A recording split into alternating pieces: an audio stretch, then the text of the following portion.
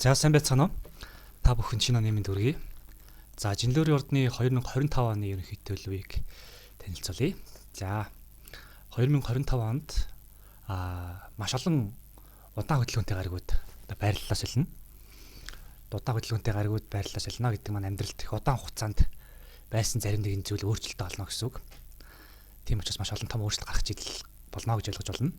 За тэгэхээр ямар гаригууд байрлал ажиллах вэ гэхлээр за 2025 онд Сатурн буюу Санчи гариг, Нептун буюу Далай ван гаригууд байрлал солино. Нарнаас маш хол байдаг учраас маш халуун удаан байрлал солидөг гаригууд байгаа. За Нептун гариг бол цэвэр орон хайр, хөсөл мөрөөдлийг хариуцдаг гариг тул ерөнхийдөө хайр сэтгэл, гэрлэл, гэр бүлтэй холбоотой асуудлууд дээр ерөнхийдөө томоохон өөрчлөлтүүд гарах нэ.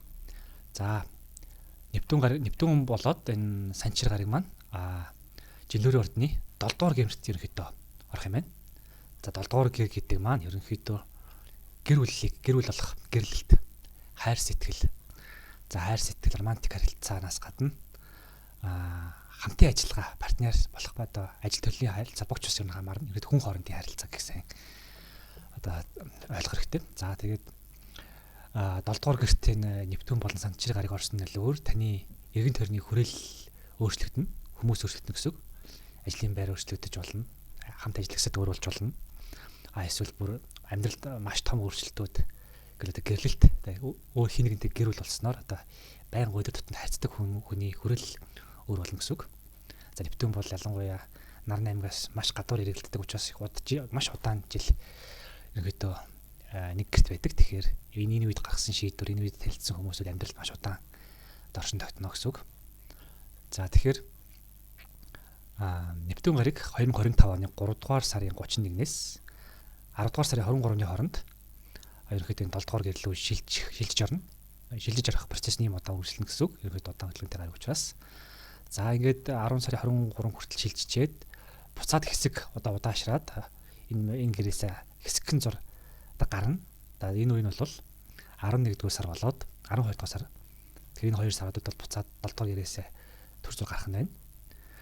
За тэгэхээр энэ үед бол хайр сэтгэл гэр бүл холбоотой асуудлууд төр зур нэг жоохон асуудал бэрхшээл орж байгаа ч гэдэг юм уу. Удаашрах тийм хандлагатай. Гэхдээ энэ бол төр зурах гэдгийг ойлгох хэрэгтэй. За тэгээд ингэж удаашрж энэ 7 дугаар гэрээсээ Нептун гариг 11 сар болоод 12 сард гарчаад буцаад 2026 оны 1 сард одоо буцаад 7 дугаар гэрлүүгээ дэврэлт туцалдаггүйгээр орох нэ. За энэ хүү ингээд 7 дугаар гэртээ ороод тэндээ бүхэл бүтэн 14 жилийн турш байх нь байна. Тэгэхээр одоо 14 жилийн турш дор хаяж ерөнхийдөө энэ үед үүссэн харилцаа бол ерөнхийдөө баттай оршин тогтно гэсэн. Ажил хэрэг болоод хайр сэтгэл, гэр бүл талбарт асуудлууд ерөнхийдөө доктортай байна гэсэн. За тэгэхээр Нептун гаригийн 7 дугаар гэрт байгаагүй өмнөх жилүүдэд одоо юу болсон бэ гэж та бүхэн бас бодоод үзээрэй. Магадгүй хайр сэтгэлийн харилцаа, гэр бүл хайр сэтгэлийн харилцаа, ажил төрөл дээрх харилцаа нь ерөнхийдөө доктортой байгаагүй гэж болно. Байн ойрхон ямар нэгэн шалтгаанаар солигддог, зогсдог. Тийм байсан бол одоо энэ Нептун гаригийн нөлөөгөөр их доктортой болох нэ гэж ойлгож болно. Дорож 14 жилийн одоо хугацаанд доктортой байх нэ гэж хэлж болох нэ.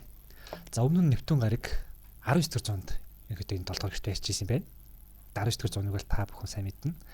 Маш их тийм уянгийн халилтай романтизм цэцгэлжсэн үе. Уран зохиол одоо сонгодог гэж хөгжижсэн тийм үе шүү дээ. Лана Каренина гэх мэт олон сонгодог зохиолоо бичигдчихсэн. Энэ үед бол хайр сэтгэлийг бол ерөнхийдөө маш тийм романтикаар, цэвэр ариунаар байх нь маш чухал гоё гэдгийг ерөнхийдөө урлагийн салбараар дамжуулаад дэлхийн нийтээр ер нь тийм бодол руу ерөнхийдөө хошуурч байсан тийм үе. Тэгэхээр бас тэр талаас нь бас жоохон бодоод үзвэл бас ерөнхийдөө буцаад нэг тиймэрхүү 19 дэх зууных шиг цэвэр ариун хайр, нандин хайр ямар гоё юм бэ гэсэн тиймэрхүү одоо үйл явдлууд ерөнхийдөө Жинлүүрийн ордныхны хувьд гэх юм уу? Ерөнхийдөө нэлээд болох болов уу гэж бодож байна. За тэгээд Нептун гаригийн нөлөөгөөр өөр юу болдог вэ гэхэлэр зэрэг хайр сэтгэл талбайтай үйл явдлууд илүү олон өнгөтэй болж ирнэ, олон өнгө тоонтой болж орж ирнэ. Өөрөө Нептун гариг нь өөрөө далайг билэгддэг учраас ерөнхийдөө маш баялаг шин чанарыг бас илэрхийлдэг. Одоо энэ юу гэсэн үг вэ гэхэлэр энгийн үетэй харьцуулахад харьцангуй баялаг олон янзын үйл явдлууд болно гэсэн үг. Энгийн үед тэр болгон болоод байдаггүй. Одоо тим төрлийн хайр сэтгэлийн албанууд тухайлбал гадаад хүнтэй хайр сэтгэл албатай болох, эсвэл өөрөөсөө ах их ч эсвэл дүү буюу насны зөрүүтэй хүнтэй хайр сэтгэлтэй холбоотой болох. Эсвэл Дэвид нөгөө уран зохиолтой гардаг тийм цонхтой зохиолтой гардаг шиг алсаас бие бинийгаа ингэ нэг тийм чин сэтгэлээр хайрлах. Тиймэрхүү нөгөө энгийн хайлттай ч гэх юм уу. Тиймэрхүү хайр сэтгэл байж болно. За тэгээд эсвэл одоо юу гэдгийг багштай хайртай боллоо гэж бас байдаг шүү дээ. Тиймэрхүү уран зохиол кинонд гардаг. Тиймэрхүү ч юм уу ямар ч байсан л байнга болоод байдаг хайр сэтгэлийн явдлуудаас арай жоохон өөр нэг тийм уянгалсан гэх юм уу. Тийм уран зохиолтой гардаг шиг тиймэрхүү л хайр сэтгэлийн явдал их олон болно л гэж ойлгож байна. За тэгээд алсад цугаамт хайр сэтгэлтэй болж болно. За мөн дурлалын гурвалжин үүсэх магадлал маш их байна. Одоо хоёр найз хоёулаа нэг хүн сайн болгож бидэг юм уу? Нэг тиймэрхүү бодлоо бас энэ хагийн нөлөөр бас болдог. Тэгээд хин хинийх нь хүн чанарыг шалгасан. За тэгээд бас хайр сэтгэлтэй хин ямар алхам хийх үү гэх мэт ерөнхийдөө бас нэг тийм сонирхолтой алхмуудыг хүнээс шаарддаг байх. За тэгээд аль нь ч байсан гэсэн танд сонголт их хэрэгчлөө байгаа гэдэг санах хэрэгтэй. Өөрөө хүлээхээс илүүтэйгээр өөрөөсөө зоригтой эхний алхам хийхэн дээр байгаа энэ үед. За болж игэл чин үнэн хайр гэж мэдэрсэн сонголтоо л хийх нь зөв гэдгийг одоо онцлж хэлмээр байна. За яагаад ингэж хэлж байна вэ гэхэл нэвтийн гарагийн нөлөөгөөр бүхнийг ер нь хийсэр дөнгөөр харах хандлагатай байдаг. Хэтрүүлж одоо өөрөөр хийсвэрлэж бодит байдлаас өөрөөр ингэж ургуулж харах магадaltaй байдаг. Тэгэхээр одоо нийгмийн статус янз бүрийн юм гэж яхаас илүүтэйгээр зүгээр зүрхэнд чи яг юу мэдэгдэж байна? Одоо яг гой хайр гэдэг мэдэгдэж байгаа юм. Тэрийг л өрн дагсан дээр гэсэн үг. За нэвтэн гарагийн ерөнхийдөө бас ер нь өргөжж дэлгэрүүлэх явдал ерөнхийдөө бас хариуцдаг. За энэ бол далайн тэнгисийн бэрхэл гэж хэлсэн түрүүн. Тэгэхээр маш том хайрыг ерөнхийдөө илэрхийлнэ. Одоо чин ариун хайр бас хүн юу хайрч биш. Одоо романтик харилцааны хайрч биш ерөнхийдөө нэг бусдыг нэрх хайр бас байж болдог. Энд инэрлийн хайр гэх юм уу? Бусдыг өрөвдөх хайр, олон хүнийг одоо инэрх хайр гэдэг юм уу? Бусдыг амьдралыг энэ бодоод одоо инэрх хайр талбарталтай л юм гэж ойлгож байна. За бас энэ үед бас фэнүүд дагалдагчид одоо шүтэн бишрэгчид ерөөдөө бас өргөжж тэлэх магадлалтай. За мөн маш олон тооны харилцагчдад нэмэгдэж болно. Одоо бизнесийн харилцагчид илүү олон харилцагчтай болох боломжтой. За энд бас нэг чухал зүйлийг хэлэх хэрэгтэй. Энд одоо үзэл санаа нэгтэй хүмүүс ерөөдөө нийтэх маш өндөр боломжтой байна. Өөрөөр хэлбэл таны хувьд одоо үнэс ямар зүйл үнэт байна? Яг хүнтэй чи яг ижлэх үнэт зүйлтэй хүмүүс тантай нэгдэн тантай найз болно гэсэн үг. Ер нь бол дэлгөөнд харах хүмүүс тантай бол улам илүү ойртно гэсэн үг. Өмнөдөө ганцаараа таны бодол санааг чинь дэмжих хүн цөөхөн байсан бол одоо таны санааг ойлгодог, тантай ижилхэн сэтгэдэг, тантай адилхан зүйлийг чухал гэж үздэг хүмүүс тантай ойртож ихэд та бол их газаардахгүй хамт олонд байх нэ. За бас энэ нэр алдар бас их түүх магадлалтай. Дэлгээд хөөж дэлгэрч ирнэ нэлээд алдар зүй ирэх боломжтой байх нь энэ жил. За тийм учраас за мэдээж томоор бол их нэрийн том бизнес эрхлээд бас амжилт нүрж болно. За зүгээр энгийн эгэл жирийн одоо гэх юм уу. Жирийн хүмүүс бол одоо жишээлбэл блог хөтлөг ч юм уу, шинэ YouTube сувг нээдэг ч юм уу. Одоо Facebook дээр ямар нэг юм яадаг одоо постлох ч юм ямар нэгэн аргаар ямарч ийсэн илүү олон хүний анхаарлыг татаж илүү олон дагалдагчдтай болох тийм боломжтой. За томоор бол мэдээж өөр том бизнесүүд хийхэд бас маш том амжилт олох таатай үе байх нь энэ үе. За мөн энэ үе бол хамтын ажиллагаанд маш чухал жил байна. Хүнтэй хамтрахад маш сайн жил. Яагаад гэвэл ижил санаа бодолтой, ижил зүйлийг ойлгодог, мэдэрдэг хүмүүс antайг хайртах учраас бусдтай хамтрахад их таатай үе байна. За тэгээд энэ үед хийсэн гэрээ хэлэлцээрүүд ерөнхийдөө бас их удаан хугацаанд үйлчилж орсон тогтнох боломжтой. За Сатурн гарагийн хувьд за мөн таны 7 дугаарт орно. За Сатурн гараг нь болохоор ер нь бол сайтар бодож төлөвлөх, нягтлах, за сахилах баттай хариуцлагатай байх, тууштай шударга байх. За гэх мэт ийм одоо шин чанаруудыг ерөөхдөө бэлэгддэг, ивэдэг. За эдгээр хэв шинжийн эсрэг явах юм бол хатуу шилэгтэй гараг, одоо шударга бусаар явах. За нарийн тооцохгүй ерөөхдөө нэг тийм хамхуул шиг хийсэн байдалтай асуудалд хандвал ерөөхдөө бас сайн үр дүнд хүрэхгүй байх. За сахилга батгүй байвал бас амжилттай ивэхгүй байх гэх мэт ерөөхдөө их хатуу гараг. За мөн хууль ёсны дагах бүх ажлыг бас бэлэгддэг. Ямар нэг ажил хийж байгаа бол тэр нь хууль ёсны дагуу, ном журмын дагуу байвал ерөөхдөө сайн хөгжиж дэвшээд явна гэсэн үг. Хууль бус сахилга батгүй. За Тэгээ өөдгөө шудраг бус байх юм бол ерөөдөө маш хатуурхдаг юм гариг. Тэгэхээр үйл хөдлөл одоо энэ Сатурн гаригийн одоо нөлөөнд тааруулж одоо хөдлөх хэрэгтэй байна. За Сатурн гариг бол 5 дугаар сарын 26-наас 9 дугаар сарын 2-ны хооронд 7 дугаар гэрлөө шилжиж орно. Бас хол нарнаас хол гэдэг учраас удаан хугацаанд шилжиж орно. Гэхдээ Нептун гаргаас арай жоохон нартай байх учраас арай харьцангуй жоохон хурдан гэж ойлгож байна. За тэгээд 7 дугаар гэртээ 9 дугаар сард орчоод хэсэг байжгаад буцаад гарна. За буцаж гараад ерөнхийдөө 2026 оны 2 сард одоо буцаад тэр 7 дугаар гэртээ орно. За энэ гэртээ бол 2.5 жил байрлана. За ерөнхийдөө Санжир гариг буюу Сатурн гариг маань ийм ордуудын гэрт дунджаа 2.5-аас 3 жил байрладаг. За тэгэхээр 7 дугаар гэр буюу хайр сэтгэлийн гэрэлтийг хариуцсан одоо энэ гэрт Санжир гариг орно гэдэг нь гэр бүл болон хайр сэтгэлийн асуудал илүү доктортой удаан үргэлжлэн гэсэн үг. Ягаад гэвэл Санжир гариг нь өөрөө шудраг байдлыг ивэдэг, шаарддаг, бас тийм нөхцөл байдлаар дэмждэг, бас доктортой байдлыг дэмждэг, доктортой тууштай байдлыг дэмжихээс гадна өөрөө тэр талаа дэмжлэг үзүүлдэг гэсэн үг. За тэгээд зарчимч бай, тууштай байдлыг бас шаардна хүмүүсээс. За тэгэхээр ер нь энэ үед гэрлэлт хайр сэтгэлийн асуудал ерөнхийдөө доктортой байх нь байна.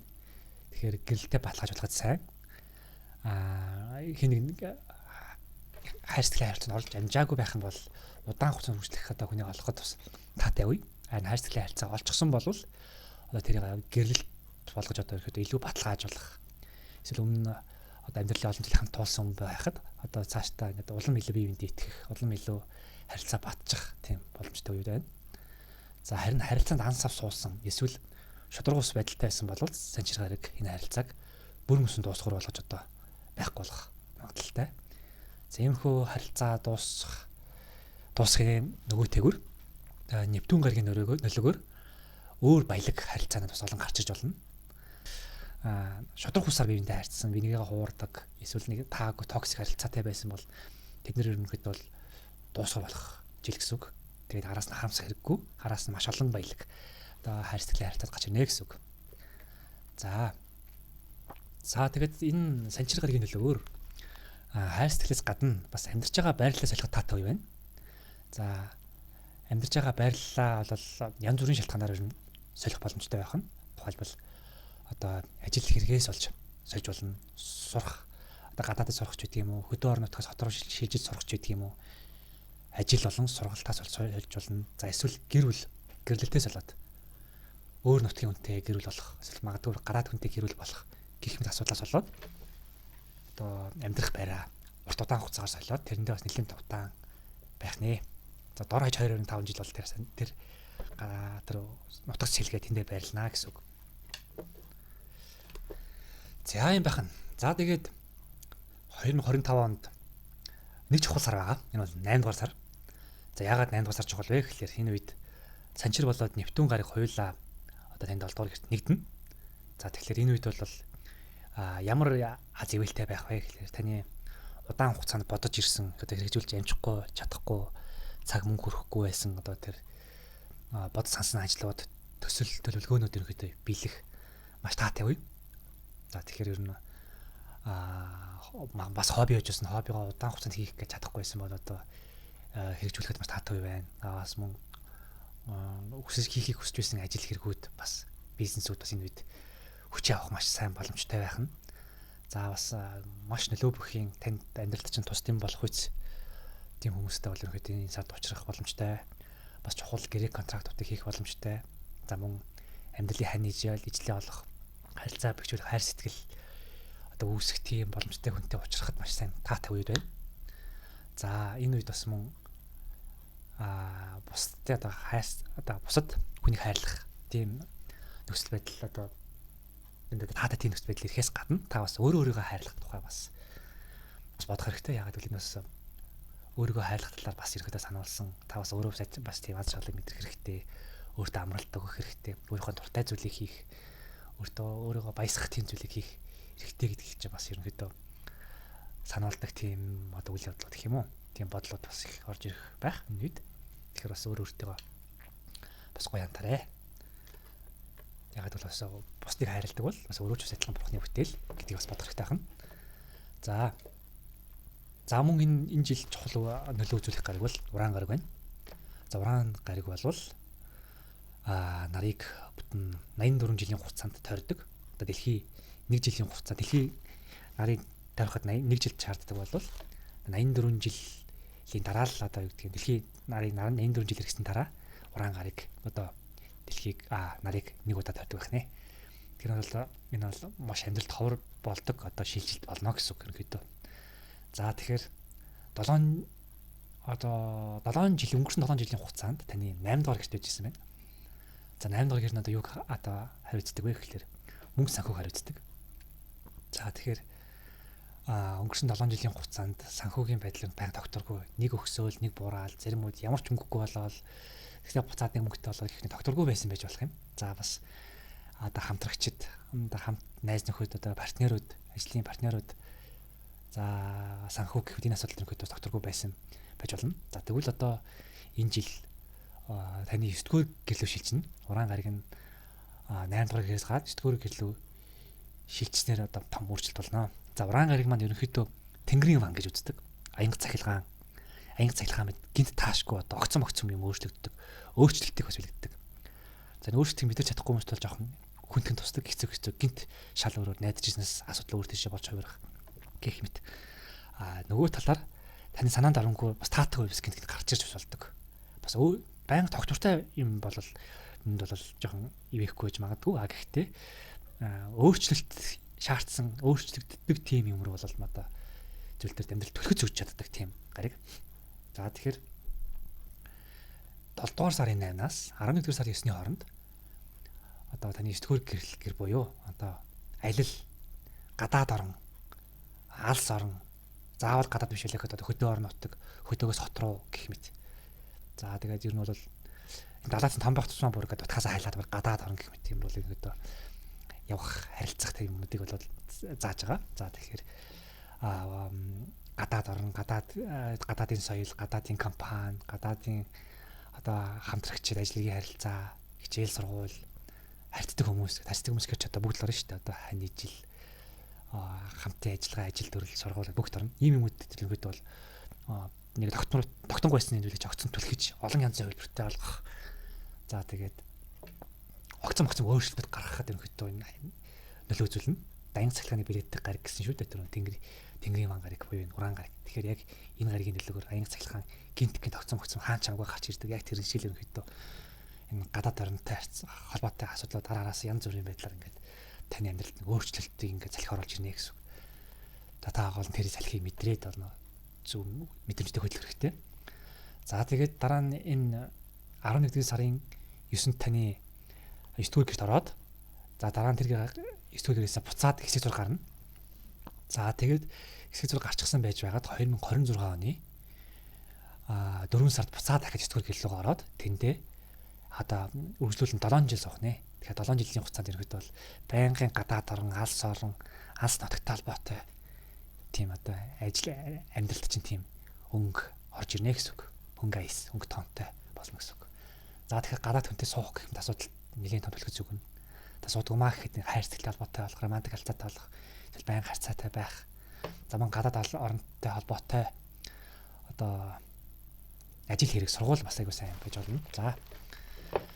За мөн 9 дугаар гэр гэдэг маань зөвхөн гадаад зэрэг биш. Одоо алсын дараагийн генерашн буюу ач хүүхдтэй бас илэрхийлнэ. Хэрвээ таны хүүхэд чинь одоо гэр бүл болоод хүүхэд талах насанд хүрчихсэн байвал ерөнхийдөө ач хүүтэй болох магадлал одоо өндөр байна гэсэн үг. Ялангуяа ач хүү төрөх магадлал маш өндөр. За 9 дугаар гэр сургууль соёлыг хэлчихсэн. За мөн бичиг баримт, албан ёсны бичиг баримт төр одоо улсын албан ёсны бичиг баримт хөөцөлдөх тэр төрийн бичиг баримт талбайтай ачаалал хөөцөлдөх тийм нэлийн олон шаардлага гарна. За энэ одоо шүүх хурал байж болно. За эсвэл ямар нэгэн компани байгуулахад шаардлагатай бичиг баримт бүрдүүлэх, эсвэл виз мэдүүлэх. Ямар нэгэн л төрийн одоо хууль тогтоох байгууллагаар баталгааждаг тийм бичиг баримтыг л одоо ямар ч төрлийн хожуулна. Тийм бичиг баримт хөтлөх тийм зүйл одоо маш их хийх тийм төр зэрэг харагдаж байна. За тийм зөвхөн шүүх хурал гэж бодож болохгүй энэ одоо виз мэдүүлэх гэж болж болно. Одоо гэр бүл боллоо гэхэд гэрэлтийн баталгаа, хүүхд төрүүлэхэд одоо төрсний гэрчлэгээ гэх мэт ямар ч байсан л хууль ёсны дагуу баталгааждаг төрөөр баталгааждаг тийм одоо бичиг баримтуудыг маш их хөөцөлдөх тийм үеэрх нь байна. За мөн Мархас байдаг буюу Юпитер гариг одоо маш том гариг манай нарны хамгийн том гариг. За энэ бол маш өвөмөр гариг гэж үздэг. Маш их хаз хөвөлийг өгдөг. Маш их зүйлийг түгээн одоо түгээн дэлгэрүүлж хүчээ авахтан тусалдаг гариг. За энэ гариг одоо 10 дугаар таны 10 дугаар гэрт орно. 25 оны 6 дугаар сарын 9-ноос 6 дугаар сарын 9-нд таны 10 дугаар гэрлөө хэсэг ороод тэгээд жоох хэсэг ороод буцаж жоохон гарч байгаад 10 дугаар сарын 10-наас 7 дугаар сарын 1-ний хооронд 26-ны 7 дугаар сарын 1-ний хооронд ерөөдөө шилжиж орно гэсэн. За тэгэхээр энэ үед бол тэмцээн уралдаан шүүх гэх мэт асуудал төр ялалт магадлал маш өндөр болно. Том амжилтуудад ерөнхийдөө хүрэхэд нэлээд ивэн энэ гаригийн нөлөөгөөр. За статус нэлээд солигдно. Статус ямар статус вэ гэхээр өмнө та сингл хүн байсан бол гэрэлсэн гэсэн одоо эхнэр нөхөр болсон гэсэн тийм статустай болно гэсэн үг. За магадгүй өмнө зүгээр одоо юу гэдгийг доод тушаал албан тушаалтай байсан бол магадгүй дээ шүү дээ менежер болно. Захирал гэх мэт ажлын месс солигдож болно. Зэргийн албаа өгч бол цол нэмнэ гэдэг ч юм уу тийм байж болно. За хүүхэдтэй болоо таны нэрээр хэнийг овоглоод хэнийг хүүхэд таны нэр овоглох гэх мэт чинь бас статус солигдож байгаа гэсэн үг. За тэгээд нэр алдар бас түүх юм бас ахаал гарч ирж байна. Тэгэхээр ер нь Нептун гаригийн нөлөөгөөр нэр алдар түүх гэсэн бол Юпитер гаригийн нөлөөгөөр бас нэр алдар түүхээр байна. Нэр алдар их бадрахаар байна. За олон шагнал авах магадлалтай байна. За бизнес карьер тал маш амжилттай байх нэ. За дараагийн нөлөө үзүүлэх гариг бол Марс буюу улаан нутгийн гариг. Дайнч гариг гэдэг. За дайнч гариг гэхээ заавал дайч тулнаа. Ямар нэг юм тэмцэлтнэ гэсэн үг биш. Ерөнхийдөө дайчиг хүнд ямар шаардлага байдаг тэр шинжүүд чинь ерөнхийдөө одоо тодорч тийм байхыг шаардна гэсэн үг. Одоо өөрөлдвөл илүү шийдэмгий байх.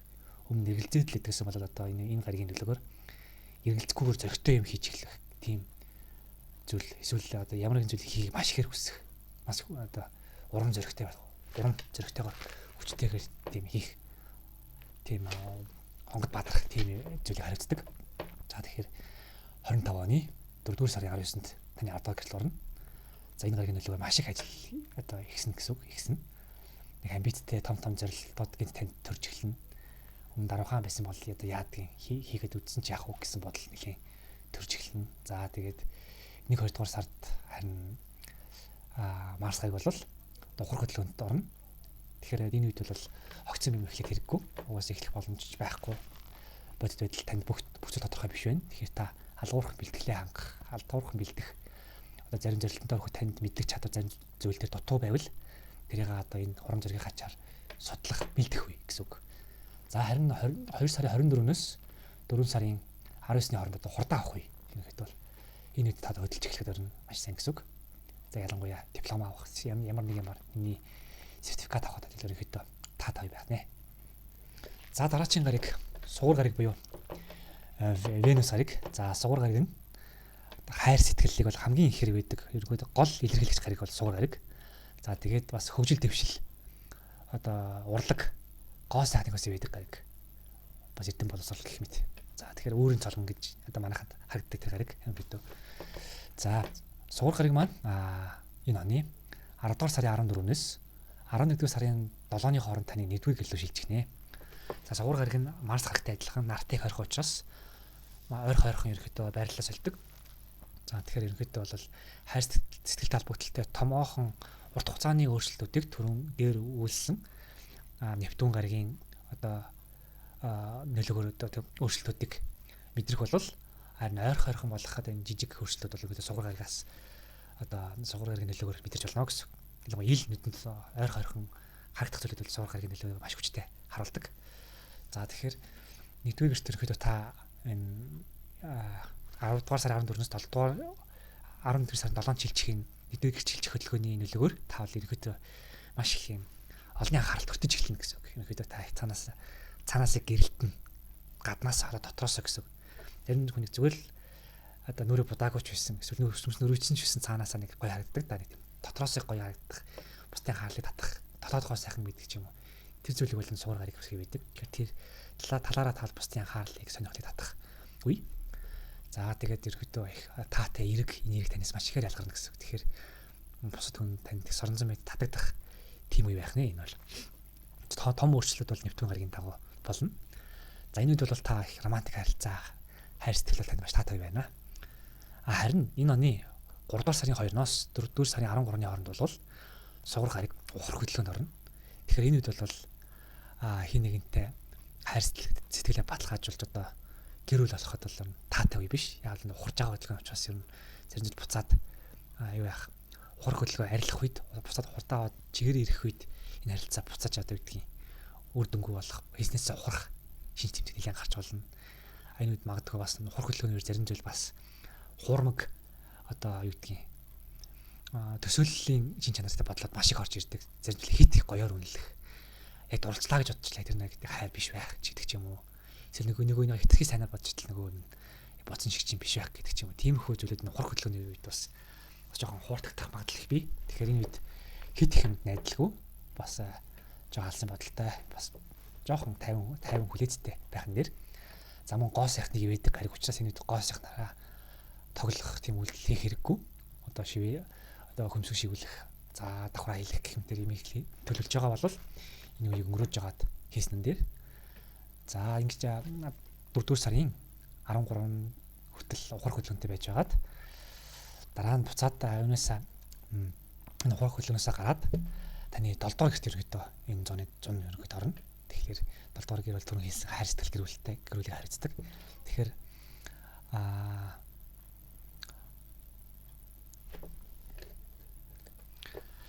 заавч дараа энэ 7 дугаар гэр нь юу юм бэ шүү. За 7 дугаар гэрт энэ ухрах хөдөлгөөнөө хийж байгаа. Энэ сугар гарыг маань. Тэгэхээр 7 дугаар гэр бол хайр сэтгэл гэрүүлийг харьцдаг гэр. Тэгэхээр хуучин харилцаа буцаж байна гэж ил гарч ирнэ гэсэн. X-үд гэсэн үг юм хэдэ. Таны хуучин хайр сэтгэлийн холбоотнууд эргэж таны амьдралд гарч ирнэ. За гарч ирдэг юм аа гэхэд маш их дурсамжийг стресс нэмэлээд болно гэсэн үг. За ил гарч ирлээ гэхэд ерөөдөө тухайн хүнтэйгээ буцаж эвлэрэх бас боломжууд нээгдэнэ. Өмнө нь ямар нэг шалтгаанаар хоёр тийшээгээ болсон болвол одоо энэ ухрах хөдөлгөөний үед ийм хуучин харилцаагаа сэргээхэд таатай үе байдаг. Одоо тэр нь ялангуяа 7 дугаар гэрт болж байгаа учраас хайр сэтгэлийн харилцаа сэргээхэд таатай үе байна. Харин шинэ харилцаа одоо хүч авах таагүй ер нь бол хуурдах магадлалтай.